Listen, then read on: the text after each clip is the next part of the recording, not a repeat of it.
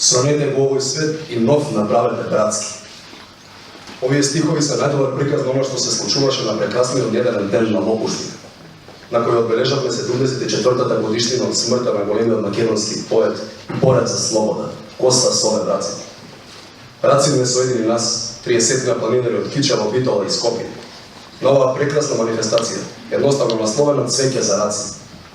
А нашиот свет на тоа место во тој момент беше токму таков каков што тој би сакал од нас, братски. Некој ме праша како одлучувам на која тура ќе одам, кога има толку голем избор. Одговорот е едноставен. Одам на онаа тура што кога ќе ја видам, ми подскокнува срцето.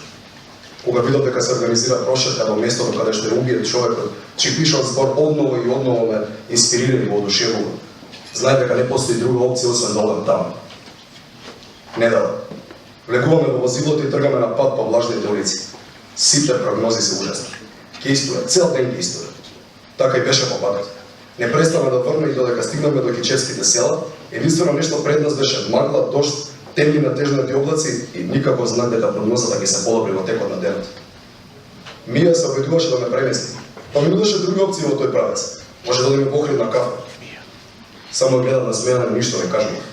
Зашто знаев каде сум трнала и каде ќе го поминам денот без оглед на себе. Кога стигнавме во извор, тука веќе беа сите и чекаа само на нас. Одевме по прекрасна патека, обколена со најубава природа, со мириси на цвеќиња и чаеви, мириси на бистра, мојата драга планина за која секогаш пишувам со голема љубов. Влеговме во шумата, попад јадевме и шумски јаготки и уживавме. Дожд не заврна како што се очекуваше, но не беше ни топло како што е денолите. Стигнавме горе, на споменикот на Рацин, кој на 13 јуни 1943 трагично го загубил животот на Лопушник. Сето цвеќе што го собравме по патот го оставивме тука, на споменикот. А поезија чита неколку мина што се чувствуваа подготвено. Летот го проби ангелот, читајќи ја Ленка. Потоа читаше председникот, па Давор ја згрми татонче. Отидовме до местото каде што Рацин загинал и каде што има надгробна плоча со неговото име. Тука Зоран Јовановски ни читаше негови белешки за Лопушник, за оваа манифестација, за големиот поет во чија чест се собравме и ќе се собираме секоја година во Индија.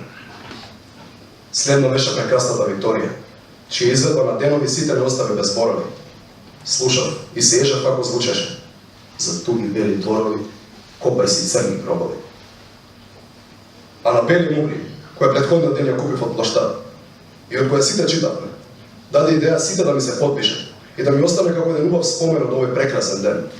Во неа, добив цветчиња набрани од ливадите, добив искрени љубави пораки, со љубов за Калина, со желба за повторна средба на оваа прекрасна манифестација. Во борбата другарката сонце сјае, сонце трепти. Рацин за навек останува во нашата колективна меморија. Тогаш дојде време да се враќаме назад кон селото Извор, од каде што започна турата. Со вики ги пуштивме екаве, а нашето пеење ечеше низ целата шума. И тоа беше уште еден преубав момент. Да дознаеш дека некоја сака музиката што ти ја сакаш и ужива во неа. Ова е земја за нас. Ова е земја за све наши луѓе. Одекнуваш од нашите крила. Така полет и љуревме напред. Одново и одново водешувајќи се од шумата и сите обавини што таа ги крие. Види го ова, не, гледа, види го ти ова. Постојано повторувавме и се покажувавме меѓусебно додека ќе горевме околу.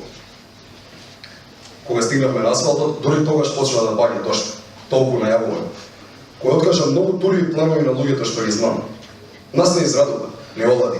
И со Вики и Давор, наместо да побрзаме да ставиме каваници, ги расширивме рацете и безгрижно одевме по патот. Може би ќе звучи подалесно, но за мен онаа слобода, онаа безрезервна љубов и сите утопии кои се напишани, за кои се напишани толку многу зборови, испеани толку многу песни, ги наоѓам токму овде, на овие тури, меѓу прекрасните луѓе што ги среќавам по патот. Тоа се нашите моменти на целосна слобода, нашето братство и единство. За крај на нашето дружење, на преубавиот и полн со емоции настан, за шумите на бистра што нема гепса, и овој ден помина далеко од градскиот метеж, со полно срце, моите омилени стихови од Рацин да се препрочитуваат и да останат за секогаш врежани во меморијата на луѓето. И кој раздвои човек од човек со зид? Кој направи човек од човека роб? Слава им!